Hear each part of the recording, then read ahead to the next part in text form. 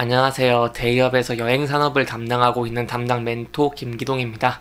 이번 시간에 같이 살펴볼 기업은 하나투어인데요. 이 기업이 어떤 기업인지 궁금하시거나 이 기업에 대해서 잘 알고 싶다, 혹은 매매 전략을 짜면서 어떤 시나리오를 쓰면 좋을지 이런 부분들에 대해서 제가 자세하게 설명해 드릴 테니까요. 딱 5분만 집중한다고 생각하시고 지켜봐 주시면 정말 감사하겠습니다. 이번 시간에는 하나투어가 해외여행의 수요 증가로 인해서 좀 큰 수혜를 볼 수 있다고 하는데, 어떠한 부분의 수혜를 볼 수 있을지, 저희가 앞으로 어떠한 부분을 기대할 수 있고 현황은 어떤지에 대해서 간단하게 설명해 드리도록 하고요. 또한 지방 출발 여행이 8배 성장을 했다고 했는데 어떠하게 성장을 했고 저희가 어떤 부분을 기대할 수 있을지 이렇게 자세하게 설명해 드리는 시간을 가져보도록 하겠습니다. 하나투어 같은 경우에는 금일 이렇게 0.82% 정도 상승을 해주면서 좀 좋은 모습을 보여주고 있는데요. 아무래도 여행주들 중에서 가장 좋은 실적을 기대하다 보니 다른 여행주들보다 좀 좋은 모습을 보여주고 있는 것을 확인할 수 있습니다. 현재는 11선 위에서 이렇게 주가가 움직이고 있고요. 단기적으로는 20% 정도 올라서 단기적인 조정은 나올 수 있겠지만, 저희가 앞으로 작년에도 성과가 좋고 앞으로의 실적도 좋아질 것으로 기대되고 있기 때문에 향후에도 조금 더 50일 신고까지 갈 수 있을지 그런 여부도 좀 지켜보는 것이 중요하다고 할 수 있겠는데요. 그러기 위해서는 저희가 좀 중요하게 봐야 되는 부분들이 있겠죠. 이 실적이 어떻게 나올 수 있을지 이 부분들인데요. 이 하나투어 같은 경우에는 아직 작년 4분기에 대한 실적은 나오지 않았지만 저희가 거기에 대해서 예측을 해볼 수 있습니다. 현황에 대해서 거기에 대해서 좀 설명을 드리도록 하겠습니다. 이 하나투어 같은 경우는 현재 좀 좋은 실적을 계속해서 기대를 하고 있습니다. 왜 그런가 하면은 이 엔데믹 전환이 됐고요. 그리고 이 엔저에 대한 효과로 해외여행의 수요가 계속해서 늘어나면서 좀 본격적인 실적 회복을 하고 있다라고 보고 있습니다. 이렇게 실적이 회복됨에 따라서 23년에는 흑자 전환을 좀 기대할 수 있겠고요. 24년에는 더 높은 실적도 기대해 볼 수 있겠는데, 거기에 대한 근거라고 말씀을 드릴 수 있는 것은 이 송출객 수에 대한 증가입니다.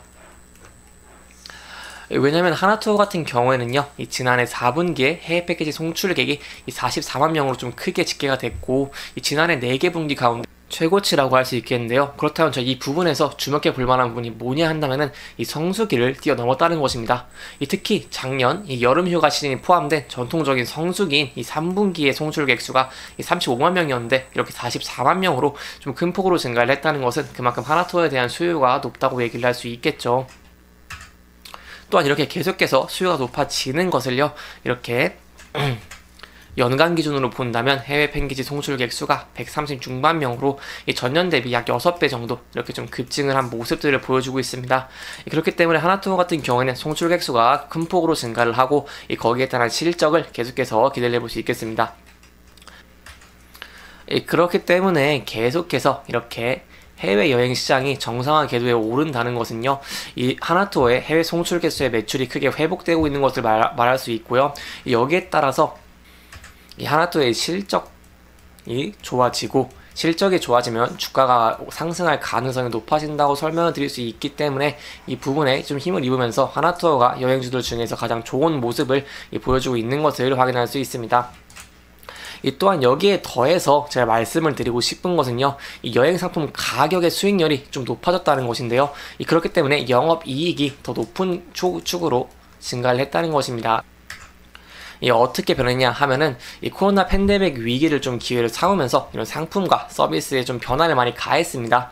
그렇기 때문에 인당 여행 상품 가격이요, 이 100만원 넘어섰고, 이 코로나19 전에는 인당 여행 상품 가격이 60만원에서 70만원이었던 것을 저희가 생각을 해 본다면은 여기에 대해서 코로나19 이후보다 훨씬 큰 폭으로 증가를 했다는 것을 확인할 수 있습니다. 이렇게 영업이익률이 증가를 하게 된다면요, 거기에 대한 이득이 많아지는 것을 말을 할 수 있기 때문에 그렇게 확보한 현금으로 이 주주가치 제고라던가 아니면 투자라던가 이렇게 주가에 좀 도움이 되는 이런 부분들도 많이 도움이 될 수 있다는 것처럼 알고 계시면 좋을 것 같습니다. 이렇게 여행 평균 단가가 늘어났는데 거기에 더해서 또 소재들이 있겠죠. 바로 이 항공 노선의 증가라고 할 수 있겠는데요. 현재는 이 동남아시아 국가를 중심으로 항공 노선이 계속해서 증가를 하고 있습니다.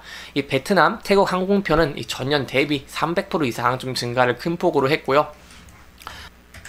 이 300% 이상 큰 폭으로 증가를 했기 때문에 하나투어가 좀 큰 영향을 받을 수 있다고 말씀을 드릴 수 있겠는데, 거기에 대한 이유는 하나투어의 지난해 해외 패키지 여행의 국가별 비중이 동남아가 45.4%로 가장 많았기 때문입니다. 이 또한 계속해서 이 엔저 현상으로 인해서 하나투어가 수혜를 보고 있고 거기에 대해 실적이 좋아지고 있다고 제가 말씀을 드리고 있는데, 여기에 더해서 이 패키지 여행의 비중이 일본이 30.9%로 이렇게 동남아와 일본에 대한 견조한 수요로 계속해서 하나투어가 좋은 실적을 내는 것을 저희가 기대를 해볼 수 있다는 것입니다. 거기에 따라서 하나투어도 좀 주가가 좋은 모습을 보여주고 있고요. 그렇다면 저희가 앞으로도 어떻게 성장할 수 있을지 그 여부도 지켜봐야 될 텐데, 그 부분들은 저와 함께 계속해서 모니터링 해 나가면서 지켜봐 주시면 정말 감사할 것 같습니다. 그리고 구독과 좋아요도 저한테 힘이 되니까요, 한 번씩만 부탁드리겠습니다. 그리고 제가 또 알아봐야 될 부분들이 있겠죠. 제가 아까 앞서서 지방공항 출발이 8배가 성장을 했다고 했는데 거기에 대해서 좀 좋은 뉴스가 있어서 설명을 드리려고 합니다. 보시면 부산, 대구, 양양 등 하나투어의 주요 지방공항 출발 여행 상품 수가 이렇게 700% 큰 폭의 증가를 보여줬는데요. 이 하나투어에 따르면은 이렇게 22년 대비 1300%, 1000% 이상 이렇게 좀 크게 증가하고 있는 모습을 보여주고 있습니다. 이 지방에 거주하는 이용객 수요와 이런 편의를 고려한 이런 지방공항 노선이 확대되면서 이런 지방 출발 여행 상품에 대한 관심이 높아졌고요. 이 부산, 대구, 무안에서 출발한 하나투어 상품 중에 인기 지역은 공통적으로 오사카, 나트랑, 다낭인데요. 제가 아까 말씀드렸던 것처럼 이렇게 일본의 엔저에 대한 효과, 그리고 이런 동남아에 대한 수요 증가로 인해서 좀 큰 영향을 받고 있는 것을 볼 수 있습니다. 특히 부산의 경우에는 지리적 접근성 효과로 인해서 이 엔저 효과, 그리고 이 베트남 노선 집중 공급, 이렇게 좀 큰 수혜를 볼 수 있다고 설명을 드릴 수 있겠죠. 그렇기 때문에 하나투어는 올 1월부터 야양 출발 나트랑 전세계 상품도 운영을 하고 있고요. 예약률을 보면은 전년도 같은 달보다 약 5배 이상 증가를 했습니다. 이 하나투어는 지방 출발 상품 강화를 위해서 이렇게 공급성 확대해 나갈 예정으로 계속해서 좀 큰 폭으로 예약률이 증가를 하고 있고 공급성을 확대를 하면서 매출 성장, 그리고 외형에 대한 성장도 기대를 해볼 수 있겠고요. 이 지방공항 이용객 증가, 그리고 국제선 노선 확대에 따른 분산 수요를 확보하고 이런 지방시장 우위를 선점해야 하는 중요한 시기라고 하면서 이렇게 지역 특성에 따른 패키지 상품을 구성을 하는 모습을 보여주고 있기 때문에 저희가 앞으로 향후에도 하나투어가 좀 더 좋은 실적을 낼 수 있다는 부분들을 조금 더 기대를 해볼 수 있겠습니다. 이렇게 계속해서 좋은 실적을 낸다고 한다면요, 하나투어 같은 경우에는 가장 좋은 움직임을 보여주고 있기 때문에 향후에도 조금 더 주가가 상승할 가능성도 제가 기대를 해볼 수 있겠고요. 이 일봉 차트 같은 경우를 크게 본다고 하시면은 이 단기전 고점을 현재 높은 거래량과 함께 큰 폭으로 상승해준 모습을 보여줬기 때문에 저희가 향후에도 52주 신고가인 66,700원 이 선까지도 기대를 해볼 수 있겠습니다. 왜냐면 22년보다 더 좋은 실적을 냈고요. 23년에. 그리고 23년보다 24년에 더 좋은 실적을 낼 것을 기대할 수 있기 때문에 이 앞으로 실적에 대한 기대, 그리고 앞으로 성장성에 대한 기대로 이 주가가 상승하는 경우가 많습니다. 그렇기 때문에 저희가 단기적으로 여기 매물대가 많은 66,700원 이 수준 전까지 상승을 해주는 모습도 기대를 해볼 수 있겠고, 만약에 이 부분에서 높은 거래량과 함께 50주 신고가를 돌파해준다고 한다면 그 부분에 대해서도 추가적인 상승도 기대를 해볼 수 있겠습니다. 하지만 만약에 이렇게 11선 이탈을 하면서 주가가 하락을 한다고 한다면요, 저희가 단기적으로는 54,700원 이 부분에서 지지를 해주는지 그 여부를 지켜보는 게 중요할 것 같고요. 그 다음에 더 하락을 하게 된다면 제가 51,500원 이 부분까지 지켜주는지 여부를 지켜보고 신중하게 투자를 하는 게 좋을 것 같습니다. 이렇게 이번 영상은 전체적인 흐름과 최근 이슈들을 좀 짚어보면서 앞으로의 성장성에 대해서 얘기를 하면서 진행을 했고요. 해당 영상은 개인적인 의견이 많이 들어갔기 때문에 투자자분들의 주관적인 생각과 해당 내용을 토대로 현명한 선택을 하시면 좋을 것 같습니다. 영상 잘 보셨다면 좋아요와 구독 부탁드리고요.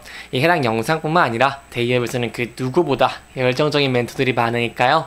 부디 타 종목의 영상도 시청해주시길 바라며 오늘 영상 마무리하도록 하겠습니다. 끝까지 시청해주셔서 감사합니다.